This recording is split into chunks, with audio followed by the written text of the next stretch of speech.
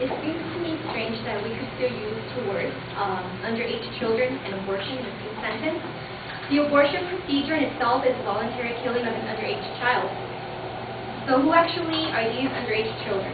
States differ in what they consider the age of consent. For example, here in the state of California, the age of consent is 18. This age of consent means that the laws of the state uphold a person's right to have sex with whoever they please, as long as they have reached the age of consent.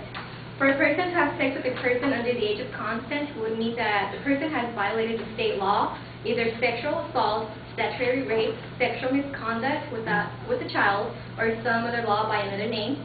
In a situation where criminal charges were filed, the parents would most certainly be involved. Parental consent is required. Most children under the age of 16 are either living at home, at school, or unemployed.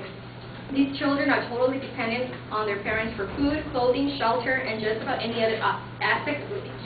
These kids require parental consent to even go on a field trip with their class at school. These kids require parental consent to even get their cars.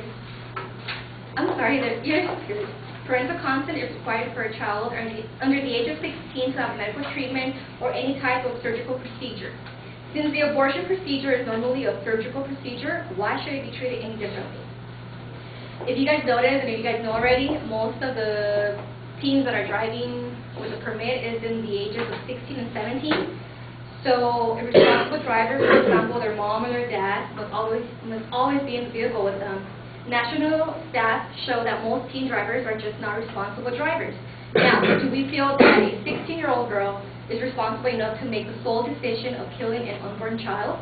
The input from a concerned and responsible parent is critical, not only to the future of the unborn baby, but to the physical and psychological well-being of the teenager as well as the rest of the family.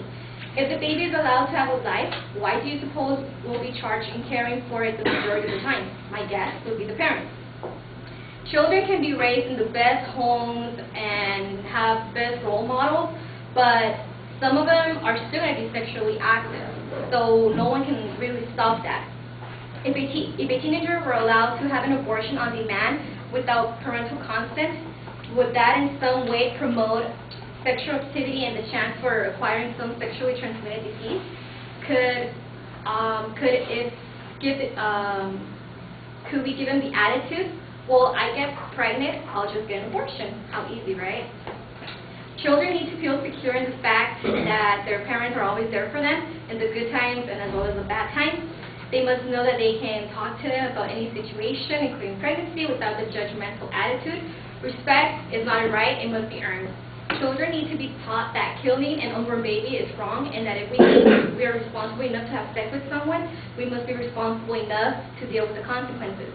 Allowing a child to kill another child without the parents' consent, even being aware of the situation, and sending the wrong messages to all teenagers. These kids must fully understand that the decision is one which they will have to live for the rest of their life. There are no do-overs. So this is why we suggest that minors should have to get a consent from parents.